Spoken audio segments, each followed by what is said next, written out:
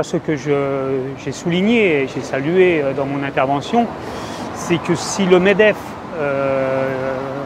dans un colloque au Conseil économique et social et environnemental, s'interroge sur le sens donné à l'engagement, donné à l'entreprise, je trouve cela très très intéressant. C'est-à-dire que nous sommes les uns et les autres dans une prise de conscience qu'il nous faut changer. Alors changer, ce n'est pas seulement un slogan, c'est, j'ai envie de dire, changer vraiment. Et là, l'intervention, l'interpellation que j'ai eue en direction du monde patronal, c'est qu'il ne faut pas se mentir. C'est-à-dire, ce n'est pas seulement changer le temps des colloques, le temps comme ça, là, pour faire, je vais dire, bien. Ce n'est pas qu'une entreprise de communication, c'est véritablement changer dans ses comportements. Dans ses comportements. Et dans ces comportements, il y a nécessairement, je vais dire, ce que j'appelle la conduite des hommes, c'est-à-dire dans la manière de diriger, de donner sens, mais aussi dans les comportements en termes de partage de richesses, en termes de partage de valeurs créées par le travail.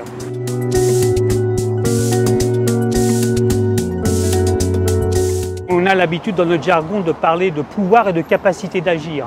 C'est-à-dire que ce n'est pas la prise du pouvoir, je veux dire que le monde ouvrier va prendre possession de l'outil de travail, je veux dire pour diriger.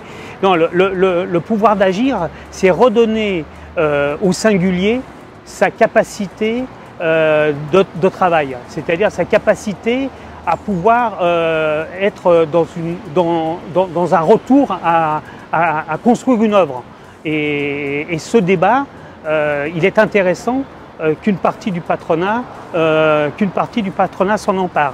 Il s'en empare parce qu'il est confronté lui-même à un phénomène qui s'appelle le désengagement. Et c'est venu dans le débat.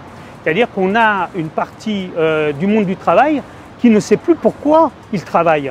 Et donc on est dans une, je vais dire, alors souvent on raille qu'il n'y a pas de grève, que personne, mais moi j'ai souvent l'habitude de dire la plus grande grève, elle est quotidienne. Ça s'appelle le désengagement, c'est-à-dire venir au travail pour en faire le moins possible, ou pour faire que ce que l'on me dit de faire.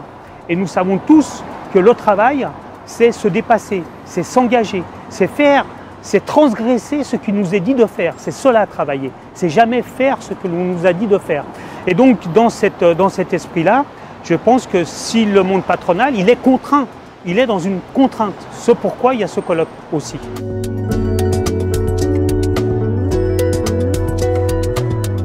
On ne sait pas encore comment, dans une entreprise totalement libérée, l'activité d'une organisation syndicale. Moi, je plaide qu'il y aura toujours besoin, je veux dire, de temps du collectif. Il y aura toujours besoin de formes de régulation.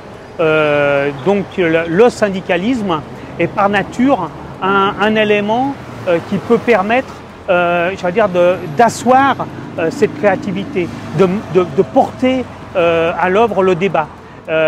Donc, il n'y a pas de contradiction à une libération du travail et la survie d'un syndicalisme de contestation et de revendication. Je pense que cela peut s'additionner et non pas, je vais dire, s'opposer ou se dissoudre.